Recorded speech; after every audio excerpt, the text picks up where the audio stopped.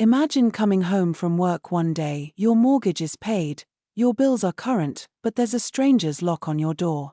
You don't own your home anymore, because your HOA president just took it. This isn't a movie, it's exactly what happened at Casablanca condominiums in Dallas, Texas, where one man turned neighbors into prey and their homes into his personal cash machine. What would you do if the same people you pay to protect your neighborhood were secretly plotting to kick you out of it? At Casablanca condominiums, a quiet complex in North Dallas, families bought homes to build a future but ended up trapped in a nightmare run by a man who twisted HOA rules into his personal empire. Russell Hoff thought he'd made a smart investment when he bought his condo in 2007. But instead of peace and security, he got leaking roofs, cracked walls, buckling floors, and a neighbor with no respect for the word no. Russell's upstairs neighbor wanted to expand into Russell's vaulted ceiling. Russell refused, so the next morning, he woke to the sound of hammers as a crew of strangers ripped his roof apart anyway. That neighbor was no ordinary neighbor, he was Scott Strite, the president of the HOA. And this was just the beginning. Scott Strite didn't just bend the rules, he buried them. Soon, he and his family quietly took over the entire HOA board. His wife, his son, his business partner all slipped into positions of power through a secret election that never even had a meeting. How did Strite get away with it? He admitted in a deposition that there was no in-person vote, no proper meeting.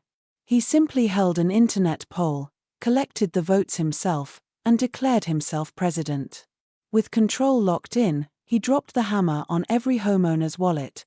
Strite announced emergency repairs, a new roof, new gates, a new elevator, and other upgrades, demanding over $270,000 in sudden special assessments. Linda Pearson, a retired teacher, was grieving the loss of both her parents when she opened her HOA letter: pay $3,294 in 30 days or risk foreclosure. When she asked for a payment plan, Strite told her, no problem. I'll just foreclose on your unit. And he wasn't bluffing. 4 homeowners lost their condos that year alone, including Jason Moore, who paid every mortgage on time but woke up one day to find out the HOA now owned his unit all over a $6,200 bill he says he never agreed to pay. But the nightmare didn't stop at surprise bills. Strite and his board began sending threatening inspection letters, demanding that every unit open its doors for an internal inspection.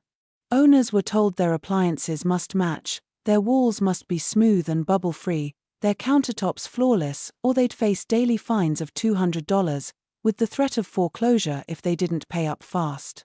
Owners who refused entry were slapped with fines so big they added up to tens of thousands of dollars in months.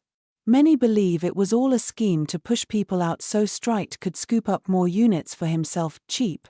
Meanwhile, the emergency repairs the homeowners were forced to fund were done without proper permits. The city of Dallas stepped in, slapped stop work orders on the illegal construction, but by then the damage was done. Hoff's ceiling still leaked. Other owners complained they never needed a new roof in the first place. But the money? Gone. And guess where Strite moved while the condos crumbled?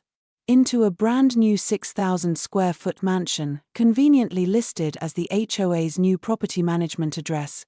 Terrified, some owners simply stopped paying their dues, but in Texas, that's a trap. If you stop paying, your HOA can foreclose on you, even if your mortgage is current. And the same HOA president orchestrating the fines and the assessments was the one buying up the foreclosures through his own company, one unit at a time. Building his empire off his neighbor's misery.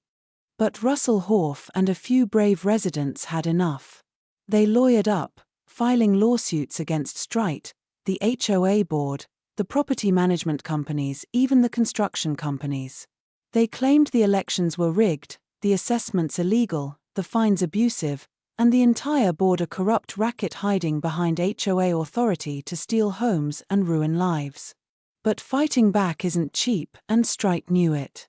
He dragged owners through months of legal threats, filed general denials, and kept the foreclosures rolling. And while Strike claims he's just protecting the property's value, his own neighbors describe it as a mini mafia, one where the enforcer wears a suit and sends letters instead of breaking windows. Even now, new letters keep coming, new fees, new assessments, new demands for money, all backed by the same threat: pay up or pack up. So, could this happen to you? If you pay HOA fees, the ugly truth is yes, it could. Many homeowners trust that an HOA will protect their investment, but if you don't know the bylaws, don't show up to meetings, don't watch the elections, you're handing over power to people who can turn your dream home into your worst nightmare. That's exactly what happened at Casablanca. So before you buy, read every line.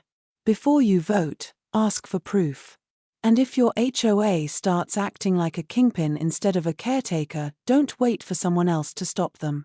Shine a light. Tell your neighbors. Stand together. And if you ever get a letter like the ones at Casablanca, know this: your signature might protect your home better than the board ever will. If this story made you double-check your own HOA, hit that like button right now and share this video with every homeowner you know. Because next time, it might be your neighborhood. Subscribe for more true HOA horror stories, and stay tuned, the next one might be even worse.